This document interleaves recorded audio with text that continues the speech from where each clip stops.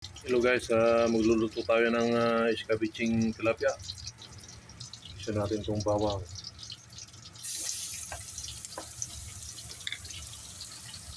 Sunod natin itong luya. Sunod natin yung sibuyas. Sunod natin yung carrots. Maglagay tayo ng tubig. Ang tasa lang. Maglagay tayo ng puyo. Oyster sauce. Kunting asukal.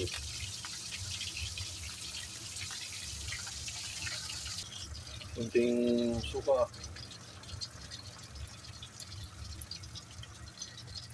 Lagyan natin yung bell pepper, red and green. Meron tayong pampalapot na harina rito. Tinunaw ko sa tubig. Ito na ang ating escabeche tilapia. Yan, yan, yan. Kaya na guys. Oh, yummy, champion na champion yan. Champion na champion. Pwedeng pampulutan, pwedeng pangulam. Kaya na guys.